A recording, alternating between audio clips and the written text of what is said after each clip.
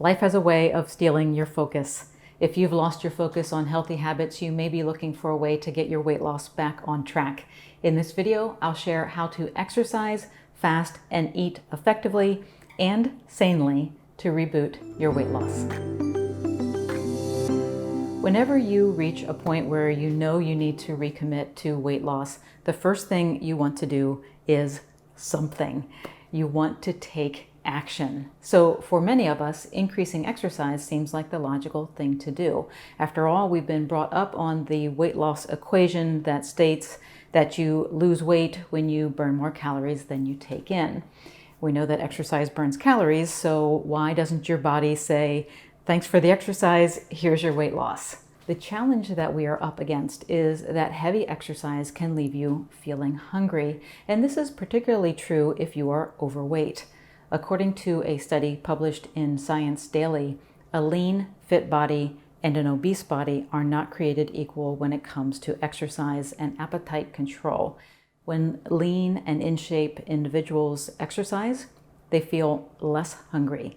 The opposite is true for most overweight individuals. When they exercise, their appetite is not diminished and may even increase.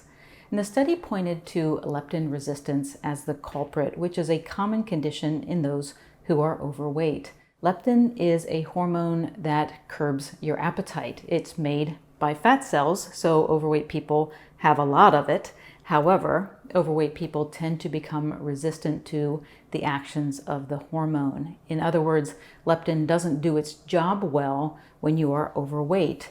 So the brain of an overweight person never gets the message to curb hunger. With this disadvantage, it's easy to see that jumping into heavy and exhausting workouts can increase hunger to a point where you are taking in more calories than your body needs.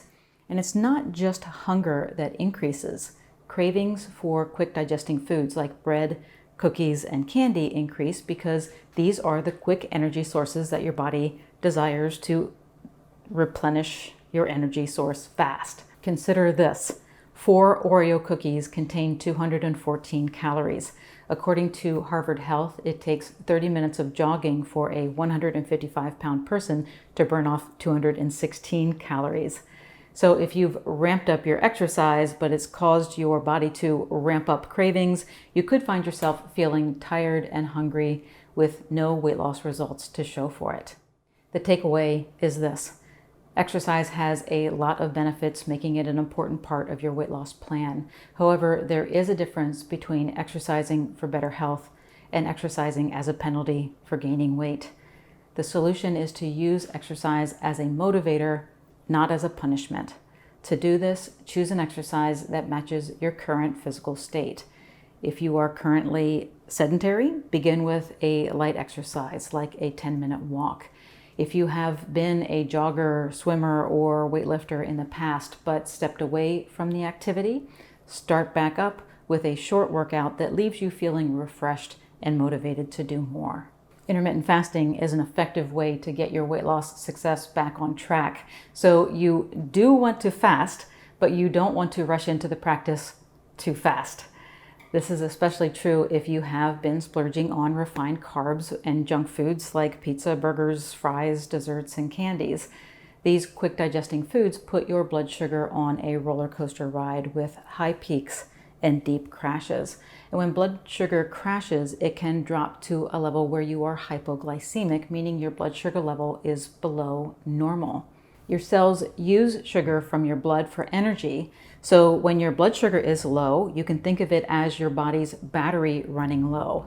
When this happens, you feel slow, weak, and mentally foggy, and this is certainly an unfavorable state. So your body does what it needs to do to get your blood sugar up in a hurry.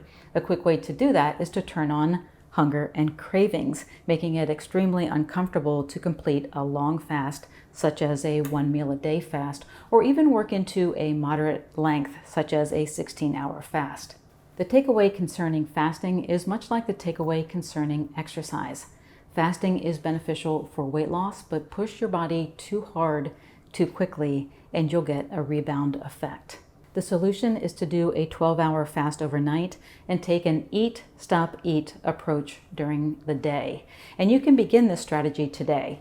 Here is what your day of eating will look like. After dinner tonight, stop eating. Tomorrow morning, after 12 hours have passed, eat breakfast, and then stop until lunch. After lunch, stop until dinner.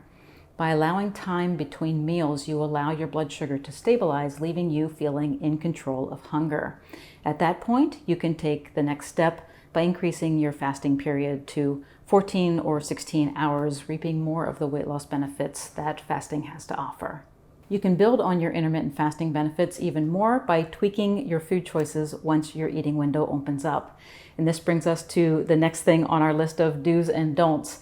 To reboot your weight loss, you want to eat for a sane brain and not feed your addictive brain. You know, they call them comfort foods for a reason. We feel good when we eat them. And this feel-good effect is partly due to the way quick-digesting, refined, and sugary foods impact your brain chemistry. Have you ever noticed that the more junk food you eat, the more you crave it? Your brain has a reward center called the nucleus accumbens. We call it the reward center because it is associated with feelings of pleasure. And that pleasurable feeling is generated by the release of a feel-good chemical called dopamine. When you do something you enjoy, like eating sugar, your brain gives your nucleus accumbens a little hit of dopamine and you feel good. Eating refined and sugary foods multiple times a day chronically stimulates this area of the brain, causing it to downregulate or become less sensitive to sugar. So you now need more sugar to get the same sugar high that you used to get, essentially feeding your addictive brain. And the takeaway is this: to get your weight loss back on track, food choices matter. If junk food remains in your diet, even in small amounts, it keeps your dependence to junk food alive, making it hard for you to stick with your plan long term.